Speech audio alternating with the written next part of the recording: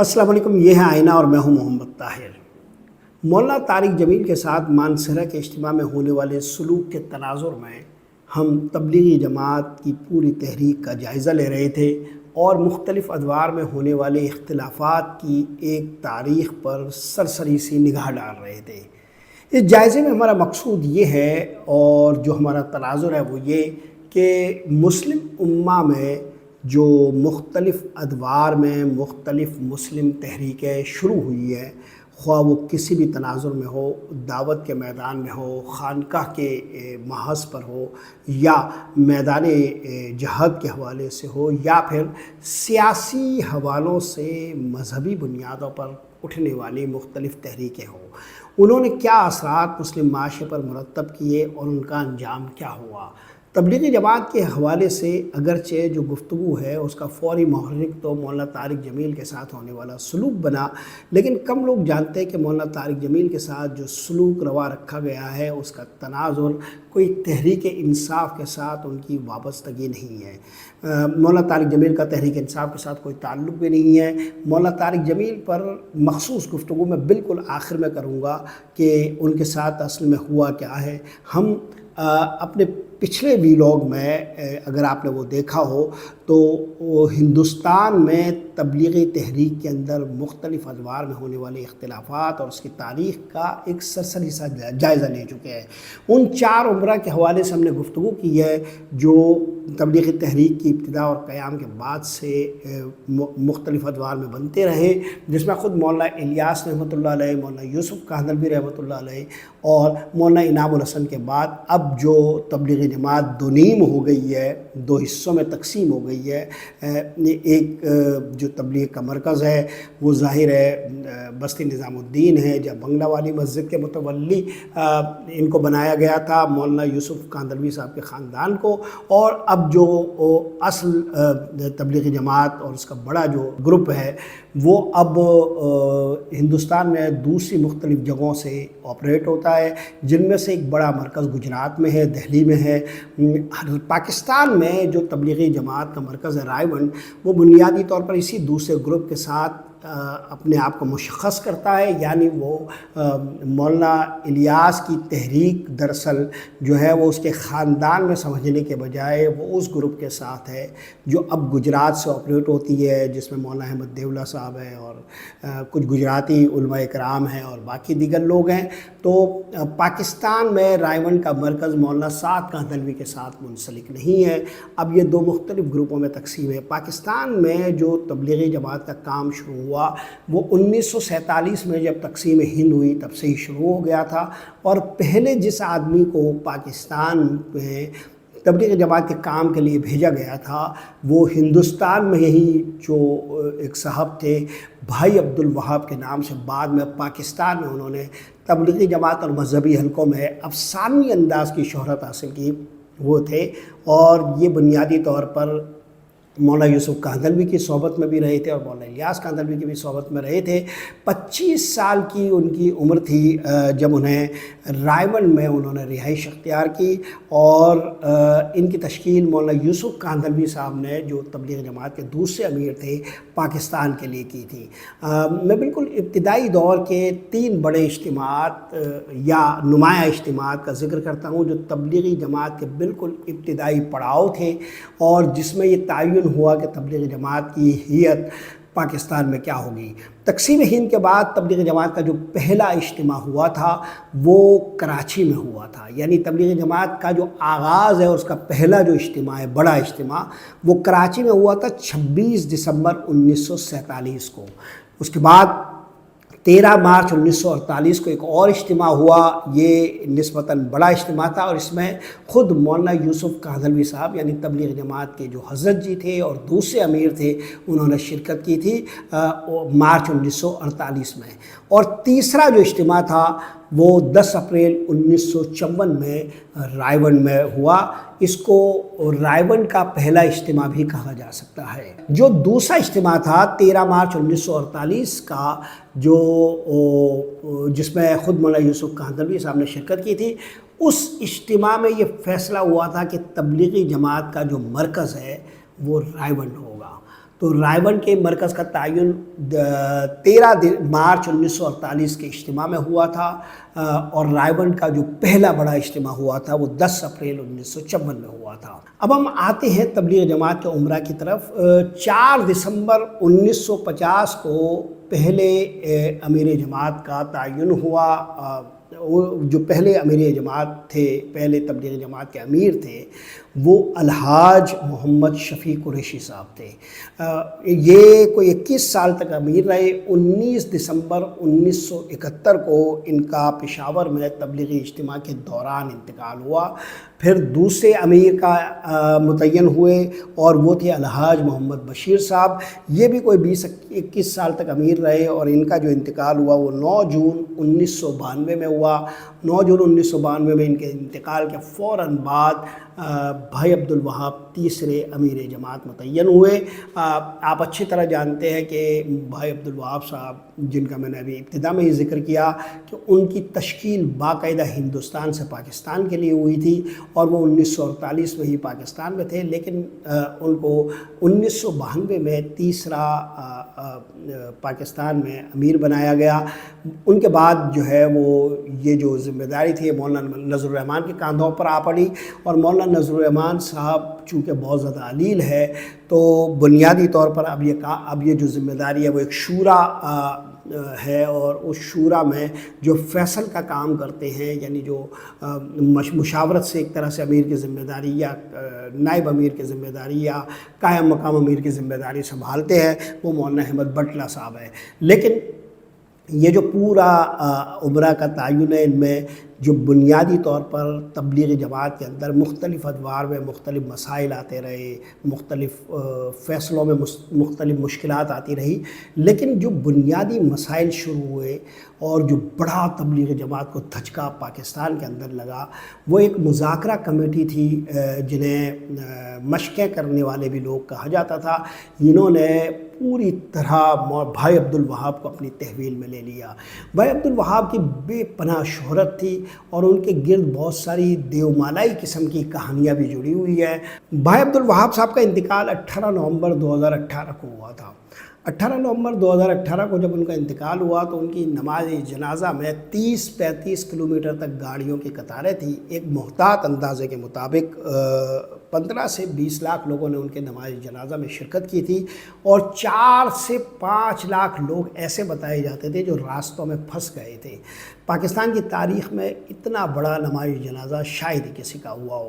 اس کا سبب یہ تھا کہ بھائی عبدالوہاب وہ آدمی تھے کہ جن کے گرد تبلیغی جماعت میں بڑے بڑے لوگ ہی نہیں تھے، بلکہ تبلیغی جماعت سے باہر بھی مختلف قسم کے سیاسی لوگ اور دیوبند کے علماء کی کثیر تعداد جمع ہوتی تھی، اور اس کا سبب یہ تھا کہ یہ بنیادی طور پر انہوں نے اپنی پوری زندگی تبلیغی جماعت میں وقف کر دی تھی، اور ان کے حوالے سے مشہور یہ تھا کہ یہ کافی جو زیادہ اللہ سے قربت رکھتے ہیں۔ چنانچہ ان کے گرد جو مختلف کہانیاں تھیں، ان میں سے ایک بڑی کہانی یہ بھی تھی کہ ایک جنگ جو پاکستان اور بھارت کے درمیان ہونے والی تھی، اس کا خواب انہوں نے دیکھا تھا، اور اس کو انہوں نے فجر میں عام طور پر جو ہدایات دی جاتی ہے تبلیغی جماعت میں، یہ بھائی عبدالوہاب صاحب دیا کرتے تھے۔ تو ان کی عادت یہ تھی، چونکہ یہ پوری دن اور رات جاگتے رہتے تھے، تو کبھی کبھی یہ بیان کے دوران ہی ان کو نیند کی ایک ہلکی سی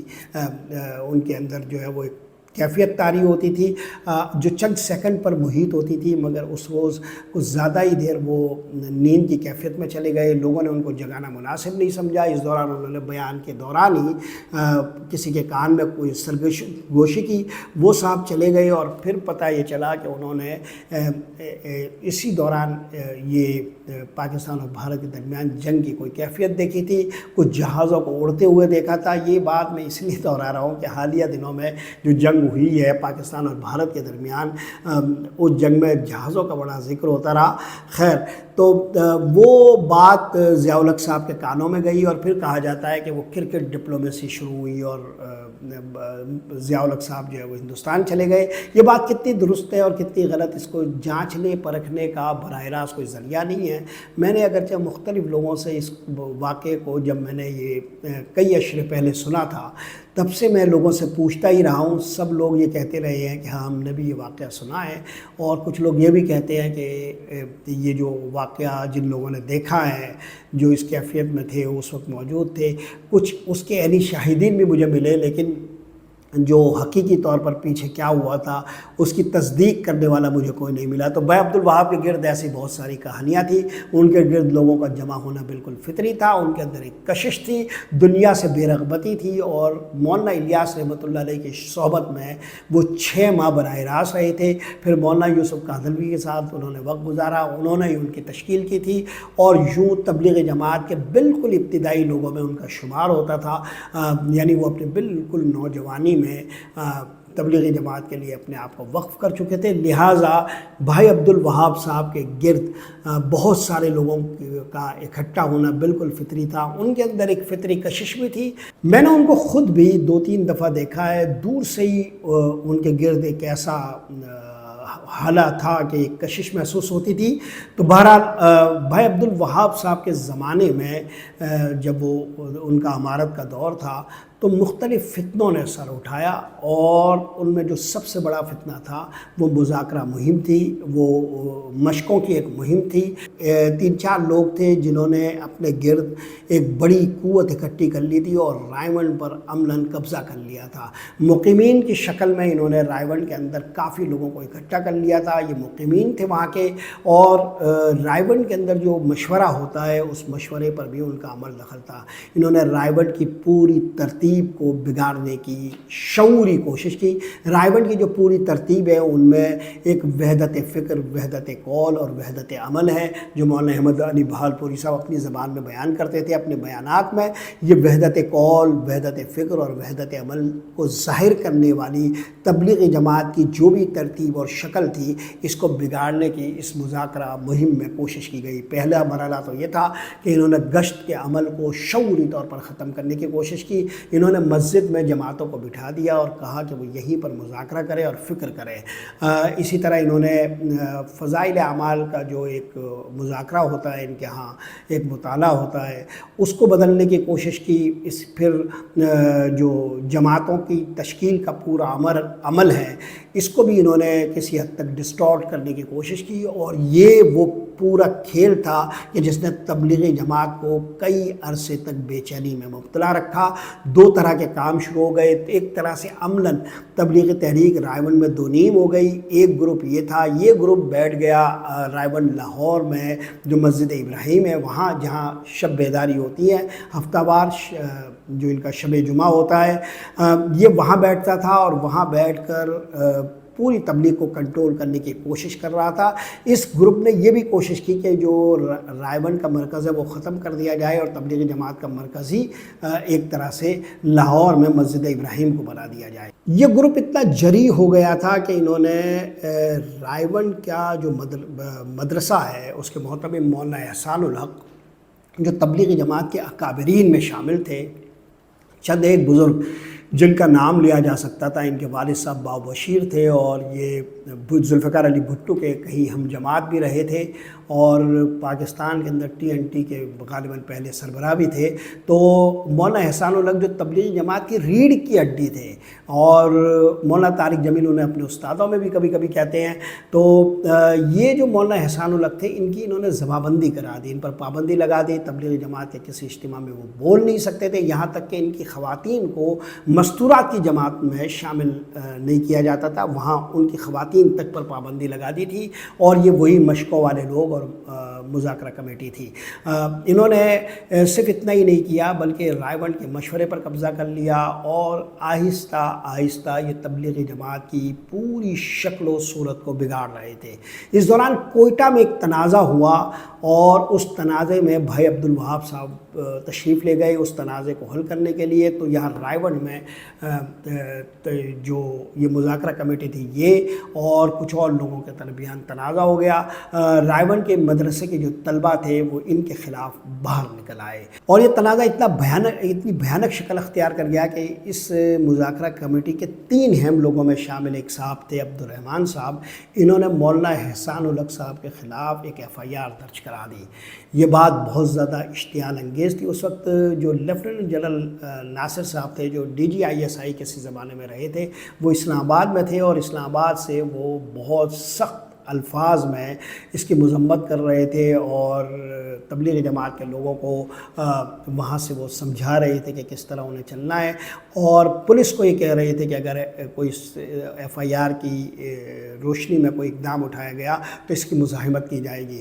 بہرحال یہ جو سارا کھیل تھا یہ اتنا بگڑ چکا تھا، اتنا بگاڑ پیدا ہو گیا تھا کہ بھائی عبد الوہاب کو وہ اعلان کرنا پڑا کہ آج سے مذاکراتی کمیٹی ختم ہو گئی۔ یہ 3 لوگ تھے۔ اہم ترین بات یہ ہے کہ جو اس مذاکرہ کمیٹی کو چلانے والے لوگ اور اس پورے کھیل کو کنٹرول کرنے والے لوگ تھے، یہ 3 تھے۔ ان میں ایک ریاض صاحب تھے، ایک عبد الرحمن صاحب تھے، اور ایک مولوی ارشد تھے۔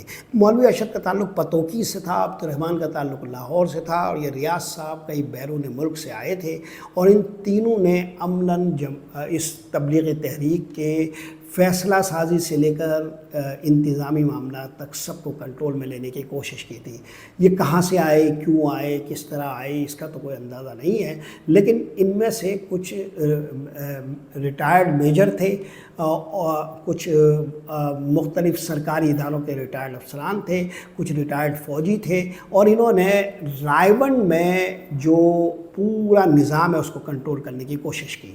مذاکرہ یا مشقوں والے اس گروہ نے عملی طور پر اس قدر تبلیغ جماعت کے کام میں بگاڑ پیدا کیا کہ بھائی عبد الوہاب کی جو ذاتی ڈائریاں تھی وہ تک ان کی تحویل میں چلی گئی تھی۔ یہ وہ ڈائریاں تھی جو بھائی عبد الوہاب کے علاوہ کوئی نہیں دیکھتے تھے، اور اس میں کام کی ایک ترتیب ہوتی تھی، مختلف حوالوں سے جو چیزیں ہوتی تھی وہ اس میں وہ درج کر لیا کرتے تھے۔ یہ ڈائریاں بھی ان کے قبضوں میں چلی گئی تھی۔ پھر انہوں نے 3 سطح سے تبلیغ جماعت کو نشانہ بنایا۔ پہلا مرحلہ تو تھا مقیمین کا، جو وہاں تبلیغ جماعت کے مقیمین ہیں، رائے میں جو ٹھہرے ہوئے ہوتے ہیں، وہ سارے لوگوں میں اکثریت ان کے حامیوں کی تھی، اور مقیمین عملاً اس کام کو دیکھتے ہیں، اس کام کے ایک طرح سے ریڑھ کی ہڈی ہوتے ہیں، تو مقیمین پر ان کا ایک طرح سے پورا تسلط ہو گیا تھا۔ دوسرا ہے رائے کے انتظامی معاملات اور باہر جو دکانوں کا کنٹرول ہے، تو انہوں نے آہستہ آہستہ وہ دکانیں خرید لی تھی ان کے مختلف لوگوں نے۔ ابھی بھی جو بنیادی مسئلہ ہے وہ یہی ہے کہ وہاں جو دکانیں ہیں وہ انہی لوگوں کے قابو میں ہیں جو ابھی مختلف صورتوں میں انتشار کا باعث بنتے ہیں، یا تبلیغ جماعت پر اس وقت بھی مختلف حوالوں سے اپنا کنٹرول رکھے ہوئے ہیں۔ اور تیسرا جو شعبہ تھا، جو سب سے اہم ترین شعبہ ہے، وہ شعبہ خطوط کا تھا۔ یہاں سے تبلیغ کی تمام نقل و حرکت کا پتہ چلتا تھا، تبلیغ کے تمام معاملات کا پتہ چلتا تھا۔ شعبہ خطوط میں جو لوگ تھے تب سے اب تک وہ مشکوک لوگ سمجھے جاتے ہیں۔ یہ لوگ امیر، جو تبلیغ جماعت کے امیر ہیں، یا جو شورا ہے، یا جو فیصل کرنے والے لوگ ہیں، ان سب کو کنٹرول کرتے ہیں۔ آج بھی شعبہ خطوط میں جو لوگ ہیں وہ انتہائی مشکوک ہیں۔ میں ان کے ناموں کی پوری فہرست رکھتا ہوں، لیکن میں بوجوہ بیان نہیں کر رہا، کیونکہ مجھے اندازہ ہے کہ تبلیغ جماعت کے حوالے سے ایک لاوا پک رہا ہے، اور اندرونی جماعت جو مولانا طارق جمیل کے حوالے سے اختلافات سامنے آئے اس کے بعد بہت ساری چیزیں پھٹنے والی ہیں، لیکن میں اس کسی تنازع کا محرک نہیں بننا چاہتا، اس لیے میں ان ناموں کو یا بیان نہیں کر رہا۔ فطری طور پر جو چیزیں سامنے آنے والی ہے اس وقت میں اپنا کومنٹ اس وقت میں دے دوں گا، لیکن میں آپ کو صرف مسئلے کی نشاندہی کر رہا ہوں کہ شعبہ خطوط میں موجود لوگ اب بھی مشکوک ہیں، اور یہی وہ لوگ ہیں جو پوری تبلیغ جماعت کو کنٹرول کر رہے ہیں، مقیمین، اور جو فائنینشلی طور پر، مانیٹری طور پر جو اپنے بینیفٹس رکھتے ہیں، یہ وہ لوگ ہیں جو بنیادی طور پر تمام فیصلوں کے محرک ہیں۔ ہر آدمی کو جس کو ناپسند کرتے ہیں اس کے لیے وہ ایک گراؤنڈ بناتے ہیں اور انہیں تبلیغ جماعت سے دور کر دیتے ہیں۔ مولانا طارق جمیل ان کا فوکس اور ہدف تھے، یہ میں ابھی تھوڑی دیر بعد بتاؤں گا، لیکن یہ وہ لوگ ہیں جو بنیادی طور پر مذاکرہ مذاکرہ کمیٹی جب سامنے آئی تو ان کی قوت کا اندازہ لوگوں کو ہوا، اور تب سے اب تک مذاکرہ کمیٹی کو تو فارغ کر دیا گیا، لیکن یہ جو 3 سطحوں کے مسائل ہیں وہ ابھی بھی تبلیغ جماعت کو درپیش ہے، اور اسی وجہ سے مختلف مسائل سامنے آتے رہتے ہیں۔ مذاکرہ کمیٹی کے اسی دور میں 2-3 طرح کے مسائل کا سامنا تبلیغ جماعت کو اس وقت بھی رہا۔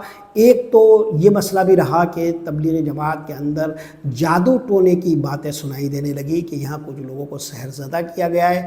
خود بھائی عبدالوہاب کے حوالے سے بھی یہ باتیں کی جانے لگی کہ ان کو بھی نشانہ بنایا گیا ہے، اور لیکن مولانا احسان الحق تو وہ صاحب تھے جن کی زباں بندی ہو گئی، وہ بول ہی نہیں پاتے تھے۔ ایک تو ان کے بیانات پر پابندی تھی، ہر طرح کی موومنٹ پر پابندی تھی، پھر یہ بول ہی نہیں پاتے تھے، تو لوگ یہ کہتے تھے کہ ان پر بھی ایک جادو کا اثر ہے۔ بہرحال یہ ساری باتیں ہمیں مذاکرہ کمیٹی کے دور میں سنائی دی۔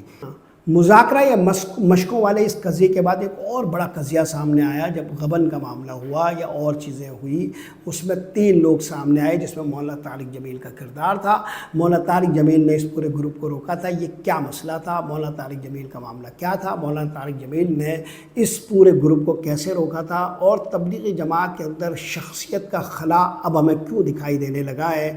اور آج کی جو تبلیغی جماعت ہے وہ مولانا طارق جمیل کے حوالے سے جو مسائل کے شکار ہیں وہ کیوں ہیں، اس کا ذکر اب ہم اگلے ویلاگ میں کریں گے۔ آج یہاں سے یہی کچھ۔ محمد طاہر کو اجازت دیجیے۔ اللہ نگہبان۔